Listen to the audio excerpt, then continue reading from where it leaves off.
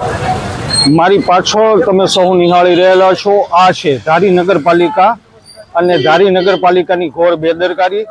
ધારીની main બજાર કે જ્યાં ગટરના ગંદા પાણીઓ આમ જોઈએ તો નદી વહી રહેલી છે। આજ રોજ આપ સૌ દર્શક મિત્રોને એક રિક્વેસ્ટ કરું છું કે આ વિડીયોને વધુમાં વધુ શેર કરજો, જવાબદાર તંત્ર સુધી પણ પહોંચાડજો।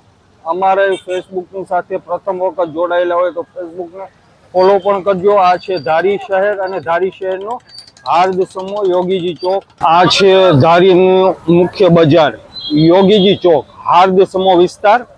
અને આ વિસ્તારની અંદર આ જે ગટરના ગંદા પાણીઓ ઠેર ઠેર વહી રહેલા છે। અને સારું છે કે અમુક મીટરની બાદ જે ગાંધી બ્રિજમાં આ પાણી વહી રહેલું છે।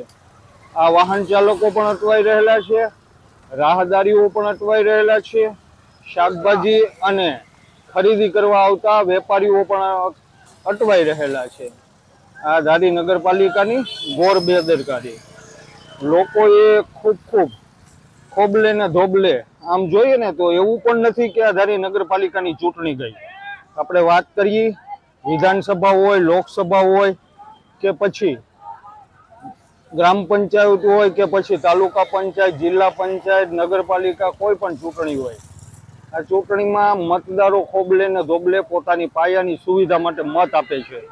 અને ધારી નગરપાલિકાની જવાબદારી રહે છે કે એ લોકોને પાયાની સુખાકારી। આ તમે જોઈ શકો છો કે મેન બજારમાં આવા દ્રશ્યો છે તો પરા વિસ્તારના દ્રશ્યો કેવા છે। વાહન ચાલકો અટવાય છે અને આમ જોઈએ તો તમે જોઈ શકો છો કે તમામ વાહન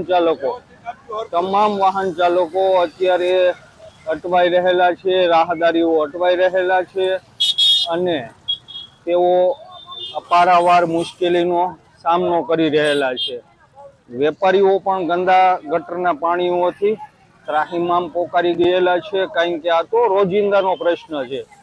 અને રોજિંદા બોલે ના બોર વેચાય, કાયમના માટે રામાયણ રહી છે। આજે ગટર ફરી એકવાર ઉભરાણી છે। ધારી નગરપાલિકા બે જવાબદાર ભરી નીતિ અપનાવી રહેલી છે અને આ ગટરના ગંદા પાણીઓ જે ગાંધી બ્રિજની અંદર જો કે પસાર થઈ ગયેલા છે, પરંતુ ત્યાં સુધીમાં આ બહેન છે જે પોતાની આજીવિકા રળે છે, પણ ગટરના ગંદા પાણીમાં બેસીને તે પોતાની આજીવિકા કમાઈ રહેલા છે।